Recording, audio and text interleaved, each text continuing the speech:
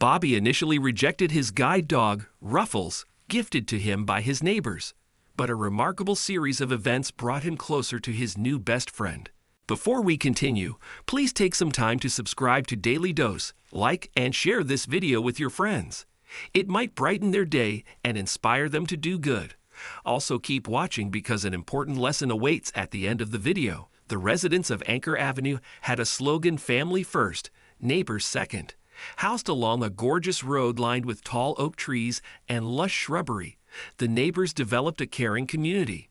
Grant and Evelyn were the heartbeats of the street, often hosting barbecues and heading up the neighborhood watch. If something was happening on Anchor Ave, they knew about it. One day, Jessie came by to visit Grant and Evelyn for tea. She was in town to see her aging father, fondly known as Bobby. Jessie had grown up on the street and grew fond of the Herberts' hospitality. "My old man saw the doctor today. The doctor said that he needed to get and walk more for his health. But my dad said he can't because he's blind," Jessie revealed. Bobby was a veteran who had lost his vision while serving in the military. Since then, he has been a recluse, spending most of his time inside his house. "Well, a charity nearby provides services for the blind. Maybe we can all surprise him with his own guide dog," Evelyn suggested. Jessie agreed, hoping her father wouldn't react poorly to the kind gesture. Bobby had become grumpy and antisocial over the years, even taking issue with a recent surprise birthday party she had thrown for him.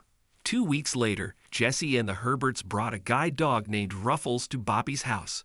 Ruffles was a friendly golden retriever with a calm demeanor.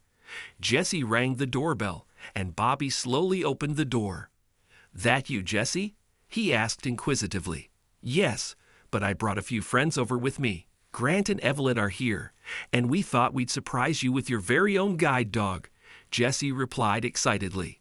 "This is Ruffles, and he's going to help you get out and about more," Grant said while guiding Bobby's hand to pet Ruffles. Bobby immediately pulled his hand back. Jessie could immediately tell that Bobby was unimpressed.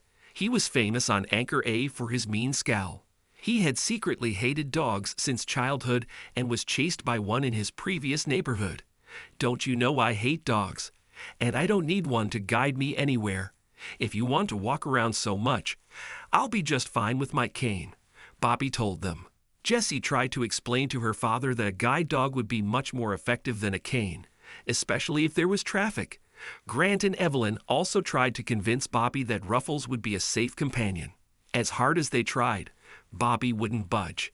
"You can't trust these mutts," he insisted. Jessie could tell that they wouldn't get through to her father. Once he had his mind made up about something, it was almost impossible to convince him otherwise. Jessie let Grant and Evelyn know they should think of another plan for Ruffles. The dog was trained to assist the blind and would need a blind owner soon. Bobby's next-door neighbor, Mary, overheard the argument and offered to help. Mary had 2 young sons who loved dogs. "We can look after Ruffles in the meantime. No problem," she suggested. An hour later, Mary's sons, James and Andrew, started playing with Ruffles in the front yard of their house. Feeling frustrated and embarrassed, Bobby listened to the radio while mumbling under his breath. Bobby picked up his cane and went outside for a walk to prove that he could fulfill his doctor's wishes on his own. Up the road, a car came driving just as Bobby was crossing the street. Noticing this, James and Andrew realized that he was in danger. "Mr. Bobby, watch out," the boys shouted in unison. Ruffles immediately ran across the street towards Bobby, pushing him onto the lawn across the road as the car came to a screeching halt. Ruffles had made it just in time to save Bobby's life. Oblivious to what had happened, Bobby scrambled and searched for his cane. "What in tarnation is going on?" he asked. James and Andrew came running across the street to help Bobby to his feet. "Mr. Bobby, Mr. Bobby. Ruffles, he saved your life. This car was about to hit you, and Ruffles pushed you out of the way," Andrew explained. The driver of the car rushed out to apologize to Bobby. James and Andrew ran to tell Jessie what had happened. A little while later, Jessie, Grant, and Evelyn rushed over to find Bobby sitting with Ruffles. Bobby was petting Ruffles as the dog licked his face. "Dad, what happened?" Jessie asked. "To be honest, maybe I was wrong about Ruffles. This mutt pretty much saved my life. I'll have to keep him around just like you said," Bobby replied. "You know what we always say, Grant. Family first, neighbors second."